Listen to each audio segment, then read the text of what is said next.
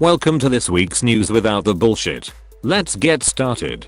A scary start to this week, with the US giving Russia 180 days to comply with the treaty that prohibits long-range nuclear weapons. Experts suggest that should Russia fail to comply with the terms of the 32-year-old agreement, it could spark a new nuclear arms race between the two superpowers. At the same time, a senior judge in the United Nations International Court resigns, citing political interference from Turkey and the United States. The judge claims that he and other judges were threatened by the US National Security Advisor after an investigation was initiated to examine the conduct of US soldiers in Afghanistan.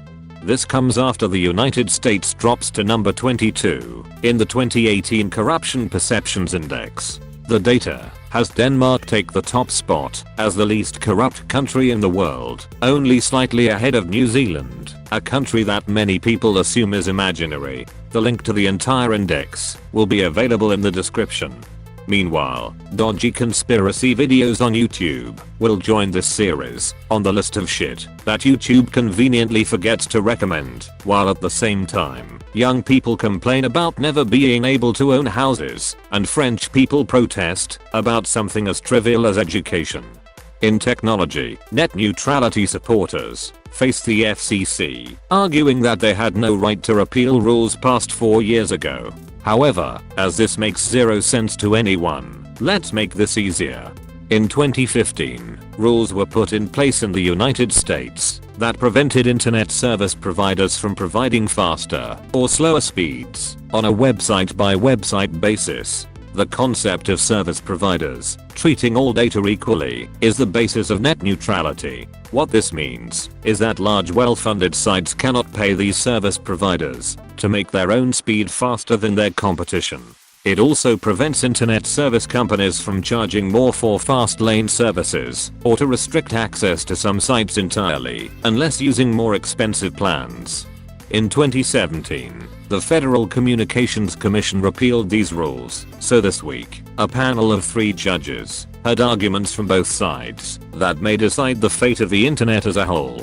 As a rule, this series tries to be unbiased when it comes to world news, but after a bit of research and common sense, it would be foolish to want any outcome that isn't in favor of net neutrality. The only winners in a world without net neutrality are internet service providers, and it has been proven week after week that they cannot be trusted to do what is in the best interest of consumers. Moving on, a telecommunications company is being dodgy. Germany thinks coal is pretty shit, and a study suggests that Facebook will make you sad. Meanwhile, a DNA testing company shares information with the FBI. Windows 10 finds another way for people to hate it, and Amazon gets more job applications than the population of the 70 smallest nations. In entertainment, Disney is expected to spend an estimated $23.8 billion on content this year, ahead of the release of its upcoming streaming platform, while at the same time, a self-respecting musician gets a self-respecting tattoo, and a piece of shit gets arrested. In other news, a bunch of European nations want Jaws to be the leader of Venezuela, and Uncle Roscoe tells everyone to go fuck themselves. Sun is shining in the sky, there ain't a cloud in sight. It's stop raining, everybody's doing a play, and don't you know?